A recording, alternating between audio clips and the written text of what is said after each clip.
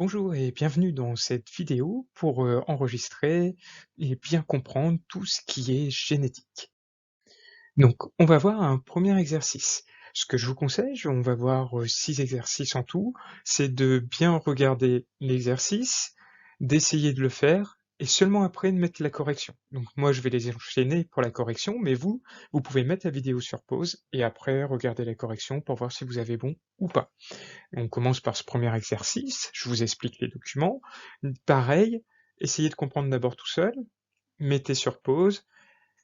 Après, si vraiment vous comprenez pas, laissez-moi vous expliquer les documents, vous remettez sur pause, et après vous aurez la correction. Voilà un petit peu pour le principe. Donc, le premier exercice, on va démarrer tout de suite. Les brassages durant la méiose. On vous dit que la reproduction sexuée, elle permet de produire une formidable quantité d'individus génétiquement différents. Tout de suite, vous allez voir, ça va devoir faire tilt avec certaines notions de cours, de méiose et de brassage intrachromosomique. Au cours de la gamétogénèse, la méiose assure le brassage des allèles à l'origine de nouvelles combinaisons d'allèles sur les chromatides qualifiées de recombinés. Donc là, pas de souci, effectivement, ça confirme la première phrase. Donc on considère deux couples d'allèles qu'on va noter grand A et petit a et grand B, petit b. À l'aide de connaissances présentées sous la forme de schémas légendés, les mécanismes méiotiques assurant le brassage allélique et une image de fécondation. Je vous laisse un petit peu de temps pour essayer de faire ça. Vous pouvez mettre sur pause et j'enchaîne avec la correction. Donc voilà pour la correction. Donc sous forme de phrase, pour introduire vos schémas, au cours de la méiose, on a deux brassages chromosomiques qui permettent de brasser les allèles, c'est-à-dire de modifier les combinaisons alléliques telles qu'elles étaient présentes chez les parents. On considère comme homozygote dans la plupart des exercices de génétique. Ce brassage allélique intrachromosomique se met en évidence lors d'un croisement test d'un individu hétérozygote pour deux gènes portés par la même paire de chromosomes gènes liés. Et il en résulte l'intervention d'un rare crossing-over en prophase 1 d'une méiose, lorsqu'un chiasma se produit entre les deux loci des gènes considérés, les deux endroits si vous préférez. Le brassage allélique interchromosomique, donc là on n'est plus sur l'intrachromosomique mais sur l'interchromosomique, lui il se met en évidence lors d'un croisement test d'un individu hétérozygote pour deux gènes portés par des paires de chromosomes différentes, c'est les gènes indépendants. Et on va en résulter une séparation aléatoire des chromosomes de chaque paire homologue en anaphase de méiose 1. Pour la partie texte, par contre, pour la partie schéma, du coup ça donne ça. Donc pour le brassage intrachromosomique décrit, si vous regardez bien euh, au niveau de la phase G1, donc vous avez vos deux chromosomes, ils se dupliquent, et le crossing over a lieu au niveau de cette prophase-là. On a bien un échange, on a un enjambement ici des chromatides, et du coup on se retrouve avec des portions échangées, et après, quand on poursuit la division en métaphase, la première division après, bam bam, les paires de chromosomes homologues se séparent, et après, au niveau de la télophase 2, c'est les chromatides qui se séparent, et on retrouve bien ici une variété. Donc si je ne sais pas si vous voyez, mais ici par exemple le grand B aurait dû être ici, et le petit b ici. Et en fait, on crée deux nouveaux gamètes avec deux nouvelles combinaisons alléliques différentes. Et on peut se retrouver comme ça avec des allèles dominants récessifs différents de chaque côté.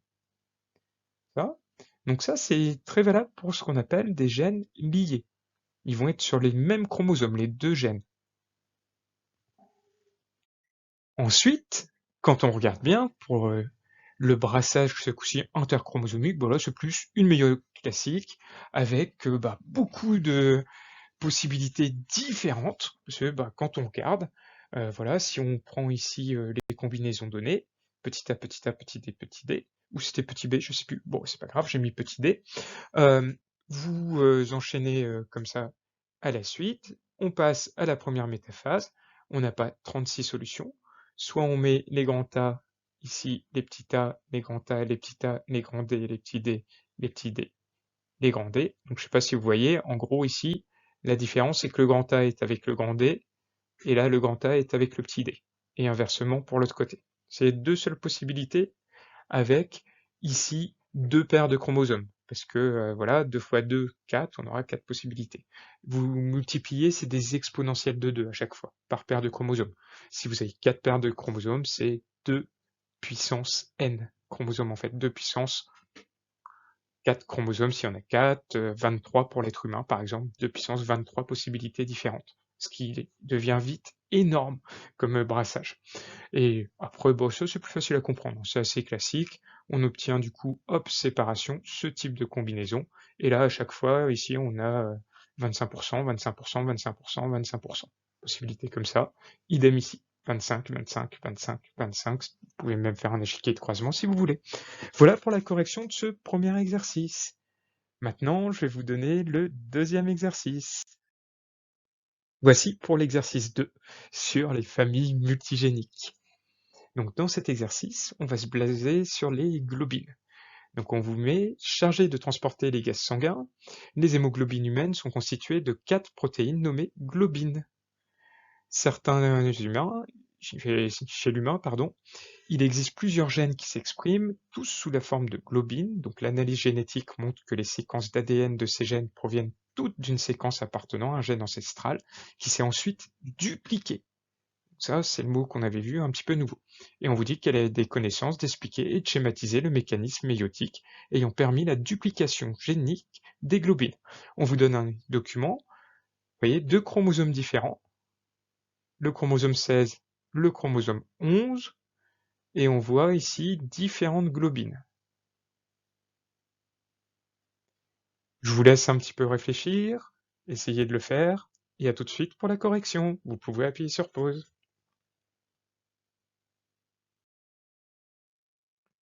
Voilà pour la correction. Donc les globines, c'est des protéines qui partagent une fonction commune. Elles ont le même rôle, la même spécialisation pour la cellule. Donc elles sont le résultat de l'expression de gènes qui présentent de fortes similitudes au niveau de leur séquence. Donc quand on regarde bien, il y a voilà, la même longueur et le même ordre de nucléotides. Et l'analyse génétique, elle nous renseigne que les 6 gènes des globines, présents sur les chromosomes 11 et 16, proviennent tous d'un même gène ancestral. Donc, ce gène, du coup, il a dû se dupliquer à de multiples reprises, lorsqu'au cours de la prophase 1 de la méiose, il y a eu un crossing over inégal. Et c'est là la notion famille multigénique, tout de suite, pensez à crossing over inégal, duplication euh, et transposition sur un autre chromosome ou une autre paire. Donc crossing over inégal et non réciproque qui a rendu possible la présence d'un même gène en double exemplaire sur une chromatide. Et voilà le schéma explicatif. Donc quand vous regardez bien, ici vous avez un appariement anormal, un crossing over inégal, donc vous allez échanger des portions de chromosomes mais pas la même quantité. Et du coup au final, ici, je ne sais pas si vous voyez, on va se retrouver avec un exemplaire en plus de ce gène-là sur le numéro 3. Donc on va avoir ici une duplication. Donc vous voyez bien, ici, là j'en ai un, 2 exemplaires sur chaque chromatide, mais après elles se séparent. Hein. Ici j'en ai qu'un aussi, ici j'en ai qu'un, et bam, je me retrouve avec 2. Et celui-là il se retrouve dupliqué, et celui-là à l'inverse, il disparaît. Donc quand on regarde bien, voilà, le gamète qui possède un allèle du gène, c'est le 1 et le 4, il possède un exemplaire, il n'y en a pas dans le 2, et dans le 3, on en a 2 exemplaires, il y a eu une duplication. Donc c'est ce que je vous dis, après la duplication du gène ancestral des globines, chaque copie du gène a accumulé des mutations, donc ils n'ont pas eu les mêmes mutations, les deux, jusqu'au moment où ça a été différent. Donc c'est un phénomène qu'on appelle transposition aussi, qui rend possible le déplacement d'une copie d'un gène sur un autre chromosome. Donc on avait vu, hein, ça pouvait être transposé, euh, transporté, entre guillemets, transloqué, si vous préférez, à un autre chromosome. Donc c'est pourquoi aujourd'hui, il existe 6 principaux gènes de globine présents sur 2 chromosomes différents. On avait vu le 11 et le 16. Voilà pour l'exercice 2. À tout de suite pour l'exercice 3. L'exercice 3. Des radis pour tous les goûts. Donc, il existe différents types de radis, des ronds, des longs, des ovales. Si vous en avez mangé, vous avez dû voir ces différentes variétés. Donc, les radis ronds croisés entre eux ne donnent que des radis ronds. Les radis longs croisés entre eux ne donnent que des radis longs.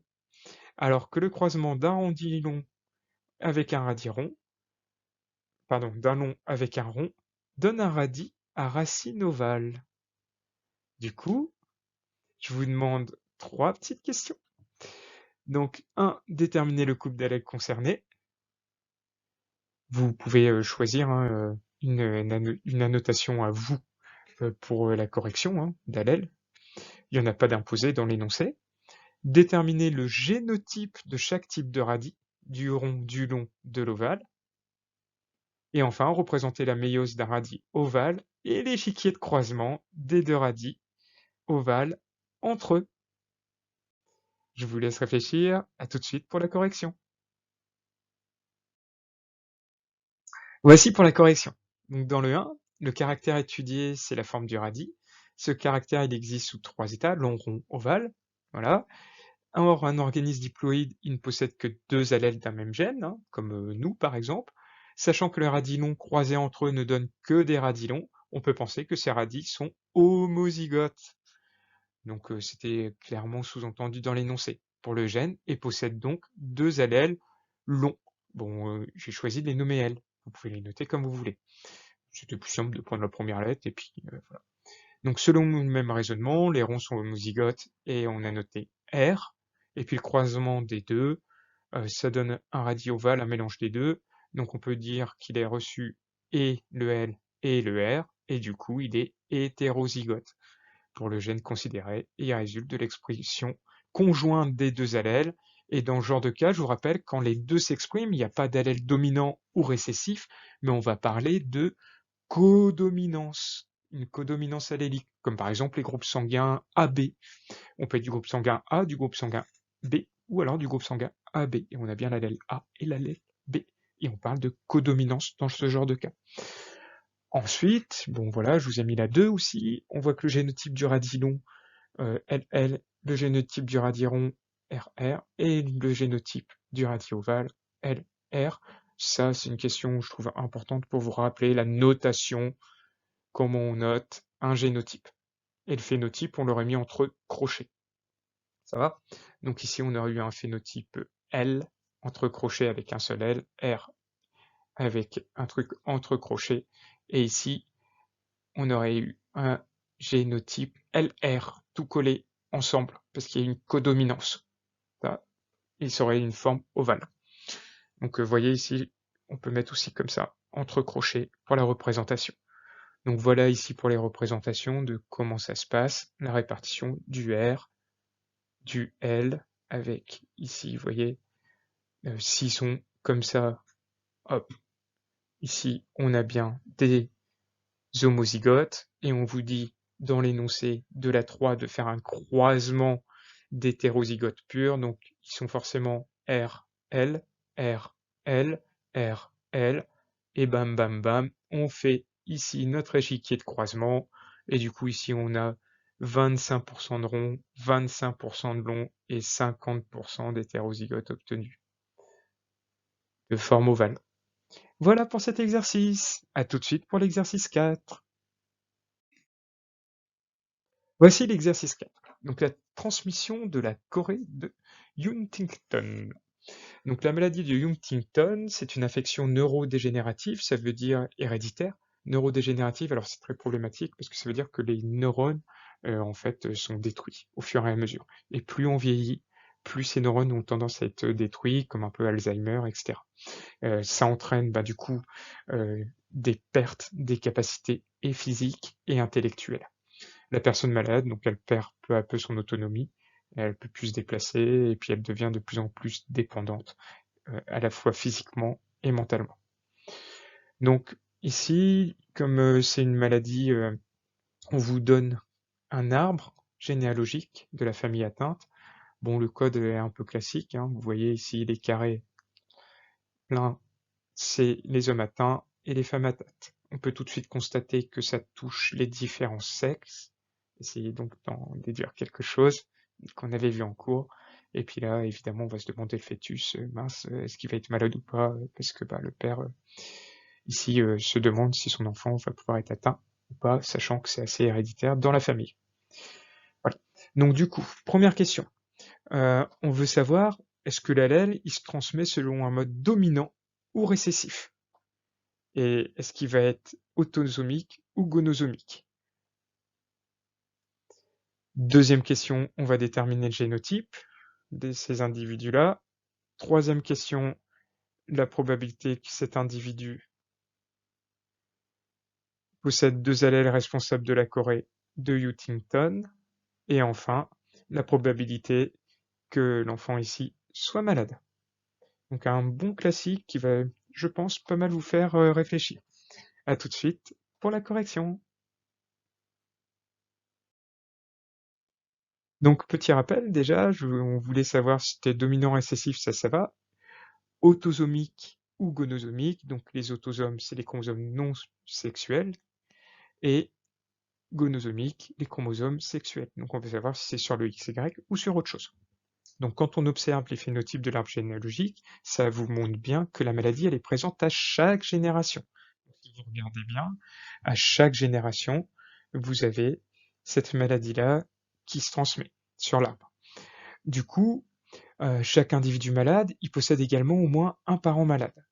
Du coup, on peut fortement penser que l'allèle responsable de la maladie s'exprime selon un mode dominant. Parce que c'est présent, voilà, à chaque génération. Quand ça saute des générations, souvent c'est récessif. Quand vraiment là ça touche chaque génération, c'est vraiment un indice fort pour des maladies dominantes. Ça, c'est vraiment à retenir. Donc on constate aussi que la maladie, elle touche autant les hommes que les femmes, ce que je vous ai dit, hein. Donc une mère malade, je vous donne les exemples, on justifie, hein, voilà. Elle peut avoir un fils malade ou une fille malade, un père malade, et il peut avoir un fils malade aussi. Donc l'allèle, il est donc porté par un autosome. C'est pas un gonosome. Les maladies qui touchent les gonosomes ont tendance à toucher souvent plus les filles ou plus les garçons. Voilà. Donc partant du principe que cet allèle, il est dominant, si l'allèle est porté par le Y, il n'y aura aucune fille d'atteinte. Par contre, si l'allèle était porté par les X, les filles des hommes malades devraient toutes être atteintes. Donc ça, c'est pour prouver que c'est bien sur les autosomes. Donc, si jamais vous n'avez pas compris ce raisonnement-là, n'hésitez pas à me redemander, parce que c'est vraiment important de bien comprendre ça. Voilà. Donc, pour la 2, donc on a pris l'allèle petit h pour le sein, l'allèle grand H qui est responsable de la maladie, on prend souvent la première lettre, hein, on se casse pas la tête, en minus.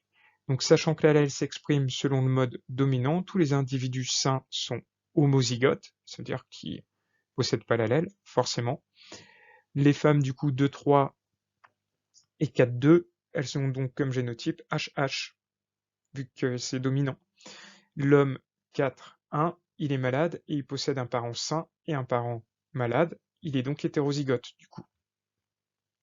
Voilà, il a donc reçu la lettre de sa mère, ici, petit h, et puis de son père, et il est hétérozygote HH. Voilà. Et enfin, oui, pour la 3, avant de dire enfin, donc l'homme 3-2, il est malade et possède deux parents malades, mais il a également un frère et une sœur qui sont pas malades, hein, regardez bien dans le tableau, suivez bien sur le livre en même temps, d'accord? Suivez bien votre exercice avec le schéma devant et le tableau devant pour bien suivre et bien comprendre la correction. Ses parents, ils sont donc hétérozygotes, et ils produisent 50% de gamètes porteurs de l'allèle H et 50% de l'allèle non porteur.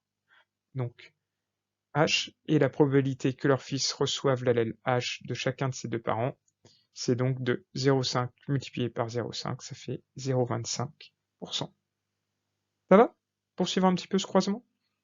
Donc voilà, on arrive à cette probabilité-là que l'individu, il est des deux parents. On multiplie, hein. Parce que là, dans la question, faites bien attention à la question. Reçoivent l'allèle grand H de chacun de ses deux parents. Il faudra qu'il ait le grand H des deux. D'accord? Donc, ils transmettent l'allèle H des deux. Donc ici, on arrive bien à 25% de cette forme-là, quand on fait l'échiquier de croisement. Aux 25%, vous les retrouvez ici.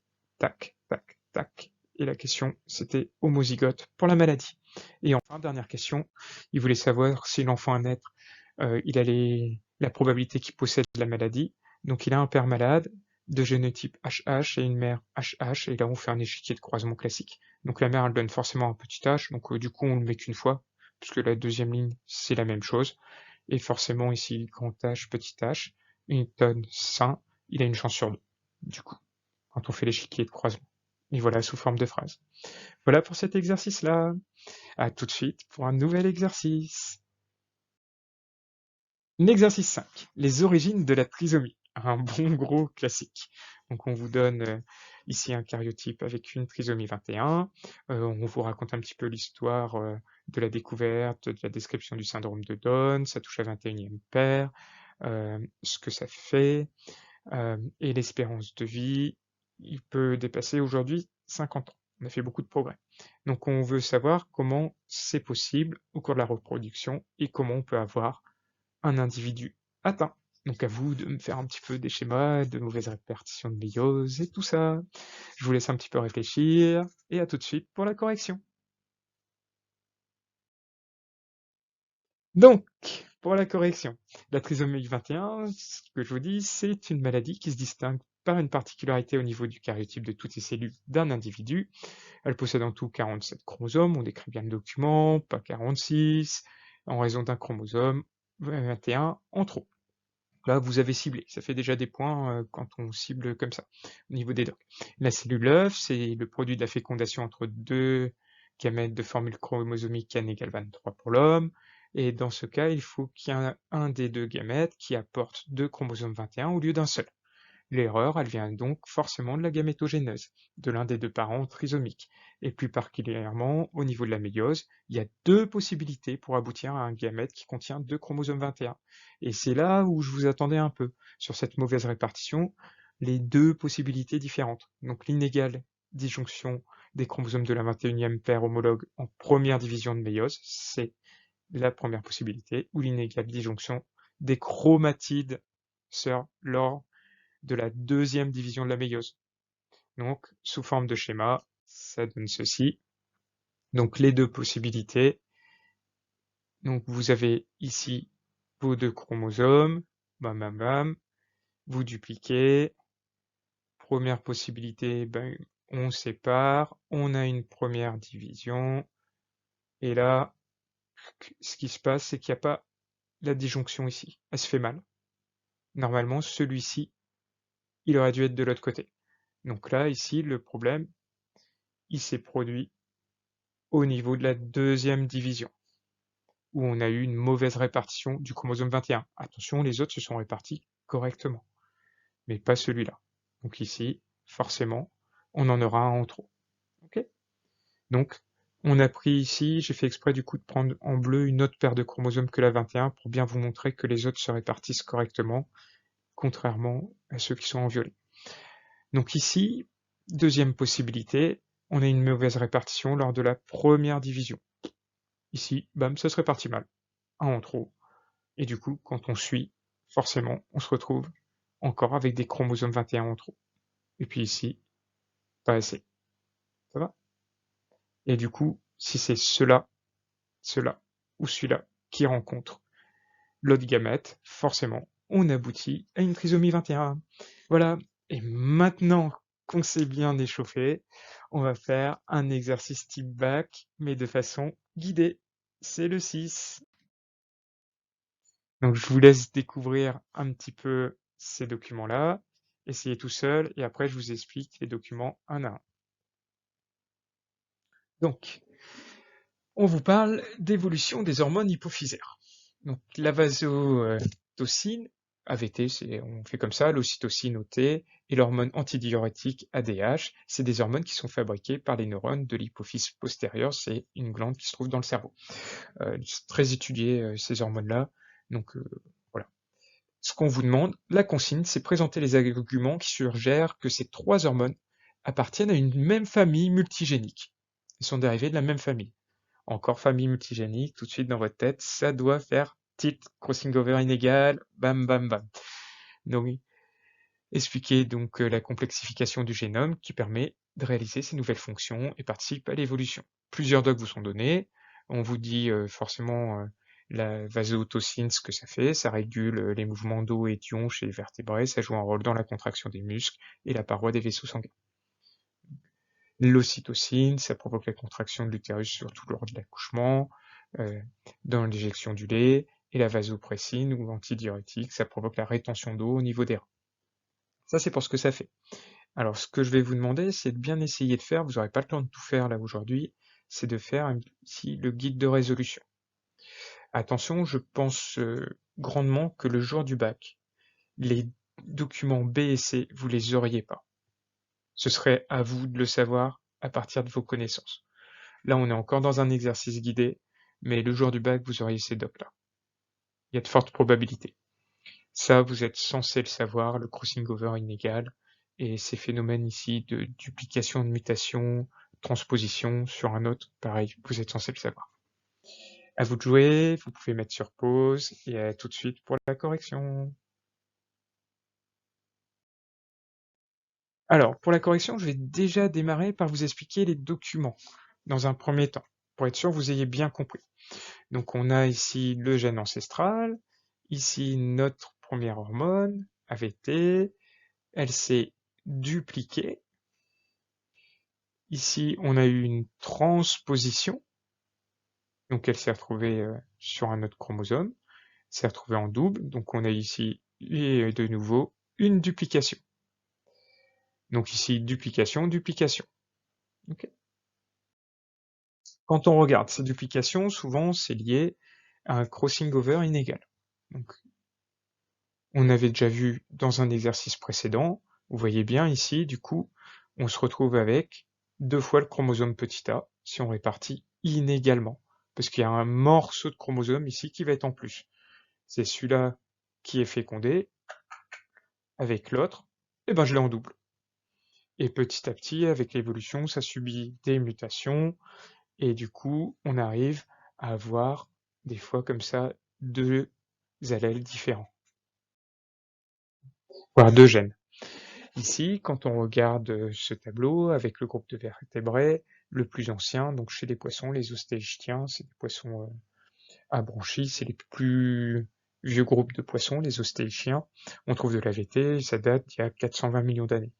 Plus on remonte, comme ça, dans l'arbre, plus on arrive aux dipneus, c'est ceux qui ont des poumons, apparition de l'ocytocine, OT. Et enfin, au niveau des mammifères, on a l'ADH, l'hormone antidiurétique, ici, qui apparaît, qui n'existe pas chez les autres groupes. Donc on peut reconstituer comme ça un arbre évolutif, soit avec phylogène, soit avec anagène, peu importe, mais on obtient ce type d'arbre. Et enfin, ici, on vous présente un chromosome, les différents gènes, leur formule chimique. Quand on regarde bien, ça varie très très peu. Elles sont très très semblables. Donc si vous regardez bien ici, hop, vous avez un groupe ici, ribose, qui n'est pas là. Ici, quand vous regardez bien la différence, là et là, c'est quasi identique. Ce qui va différencier, c'est à ce niveau-là par rapport à ici. Donc, du coup, des différences qui sont minimes et qui vont être liées à des mutations. Et quand on regarde bien, c'est confirmé par les séquences nucléotides et peptidiques. Si vous regardez ici les séquences traduites en acides aminés, par exemple, on a une différence. Ici, au niveau de l'ADH, de la phénylalanine, le feu là, et effectivement, on constate une mutation entre le A et le T. Pareil, on constate une autre différence, une autre mutation au niveau de l'ADH, ici au niveau de la dernière séquence, ici. Mais des différences qui sont très petites et qui sont liées ici à une substitution. On remplace un nucléotide par un autre. Donc du coup, si je vous ai dit de faire un petit peu la partie guidée, les différents points, quand on regarde ici, pour relever les points communs et les différences en termes de structure et de fonction des 3 molécules, donc ces 3 hormones étudiées, elles présentent des différences mais aussi de nombreux points communs. Donc d'un point de vue fonctionnel, on constate dans le document que la vasotocine et l'ocytocine, elles interviennent dans la contraction des muscles. De la même manière, la vasotocine, la vasopressine, elles sont impliquées dans des mouvements d'ions et d'eau permettant l'équilibre hydrique. Dans le document F, On voit que les séquences nucléotidiques et peptidiques des 3 hormones, et ben, on voit que l'expression de ces hormones, elles ont tous le même nombre de nucléotides et que ces hormones sont toutes 3 constituées de 9 acides aminés et entre les 2, il y a de très faibles différences, ça va? Sur, les 9 et entre AVT et ADH, pareil, très peu de différence. Donc c'est très forte ressemblance au niveau des séquences peptidiques, c'est à relier avec la structure en 3D du DOCK-E, et on voit qu'il y a des formules très similaires, et c'est ce qui explique les fonctions très proches. Et ça c'est un gros indice du fait que soit une famille multigénique avec un gène ancestral, qui provient du même, voilà, qui a à la même base s'était dupliqué. Donc pour identifier l'origine des différences constatées, donc on observe ces séquences du DOCF, on voit qu'entre AVT et OT, il y a un seul nucléotide qui change parmi les 27, 4% de différence, et qu'entre AVT et ADH, on n'en a que 3 qui changent parmi les 27, 11% de différence. Donc sachant qu'il n'y a pas de décalage dans la séquence de nucléotides, ces modifications elles proviennent de mutations ponctuelles par substitution, c'est un mot-clé qu'on attend, et ces mutations elles ne provoquent pas nécessairement de modifications au niveau de la séquence peptidique du fait de la redondance du code génétique. Pour la 3, je vous demandais d'associer la répartition des hormones entre les différents types d'individus avec le modèle d'histoire évolutive génétique. Donc l'étude du DOCD, ça vous montre bien que tous les organismes, ils possèdent pas les 3 hormones hypophysaires. Donc on va constater que plus les fossiles sont récents, plus le nombre d'hormones augmente. À l'inverse, à partir de moins 380 millions d'années, donc voilà, ils possèdent de l'ocytocine, hein, vous regardez bien dans l'arbre, et en plus de l'AVT, qui est la seule hormone présente, il y a moins 420 millions d'années. Donc on peut donc déduire que les mammifères, les dipnos, les amphibiens, les sauropsidés, ils ont tous un même ancêtre commun, qui possédait de l'AVT et de l'ocytocine, et que cet axon partageait avec les ostéichiens un ancêtre commun qui possédait que l'AVT. Donc c'est l'application du principe de parcimonie qui permet de valider la phylogénie présentée dans l'arbre, donc l'arbre phylogénétique préféré entre guillemets est celui qui requiert le plus petit nombre de changements évolutifs. Donc je vous rappelle, hein, quand on fait quelque chose avec parcimonie, ça va, c'est ça en fait, euh, c'est le plus petit nombre de changements. Donc on peut également en déduire que le gène qui code pour l'AVT, il est plus ancien et qu'une copie de ce gène, il a permis l'apparition de l'ocytocine, par imitation de la copie. D'accord. C'est comme ça qu'on peut le retracer. Du coup, on vous demande d'identifier la portée évolutive de ce mécanisme, ce que ça fait dans l'évolution. Et ben dans le bloc C, on voit que le mécanisme sera du crossing over inégal en prophase 1 de la méiose. Par ce mécanisme, on a constaté qu'une chromatide peut être porteuse d'un gène en double exemplaire. C'est la duplication génique. C'est un phénomène aléatoire qui s'est déroulé 2 fois en 420 millions d'années, donc c'est pas non plus souvent, mais ça a permis d'acquérir des nouvelles fonctions et donc d'évoluer. Donc attention, des fois comme ça, les crossing over inégaux et tout ça, ça provoque pas tout le temps des maladies, c'est parfois une bonne chose, comme ici, pour ces hormones hypophysaires. On avait vu dans les exercices un autre exemple avec les globines où c'était quelque chose de positif, et on avait vu en classe aussi avec tout ce qui est opsine pour la vue. Voilà, j'espère que maintenant c'est beaucoup plus clair pour vous, et puis que cette partie génétique un peu compliquée est plus claire. Allez, bon courage et à bientôt!